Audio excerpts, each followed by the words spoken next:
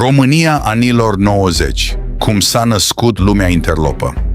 Dacă astăzi privești România și vezi orașe moderne, autostrăzi în construcție și instituții mult mai bine organizate, este greu să-ți imaginezi cum arăta țara imediat după Revoluția din 1989.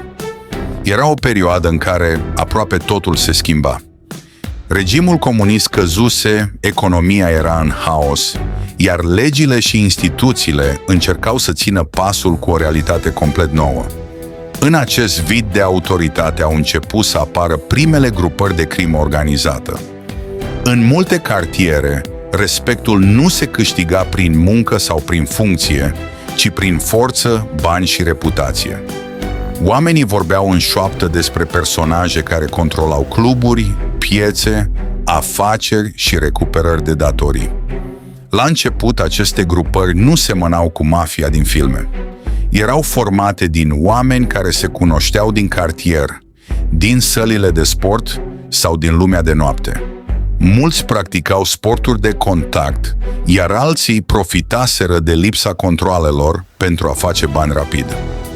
În acea perioadă, contrabanda devenise una dintre cele mai profitabile activități. Țigările, alcoolul și alte produse intrau în țară pe diferite rute, iar câștigurile erau uriașe. Pentru controlul acestor afaceri, izbucneau conflicte între grupări. Cluburile de noapte deveniseră locuri unde se întâlneau oameni de afaceri, interlopi și persoane influente. În spatele luminilor și al muzicii se discutau afaceri, alianțe și conflicte.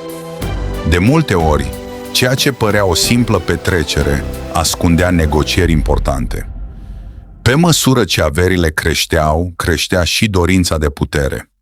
Unele grupări încercau să controleze anumite zone ale orașelor, iar rivalitățile deveneau tot mai periculoase.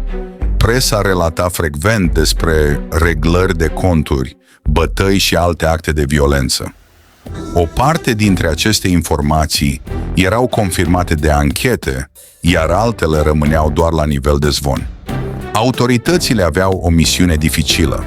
România trecea prin transformări uriașe, iar instituțiile de aplicare a legii încercau să se adapteze unui fenomen nou, crima organizată modernă.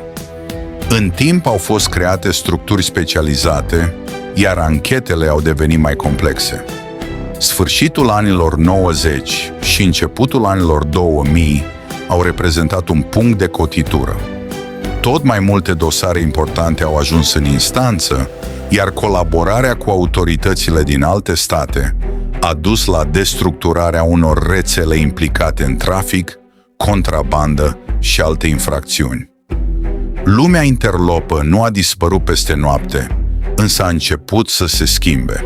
Cei care odinioară acționau la vedere au devenit mai discreți, iar metodele lor s-au modificat.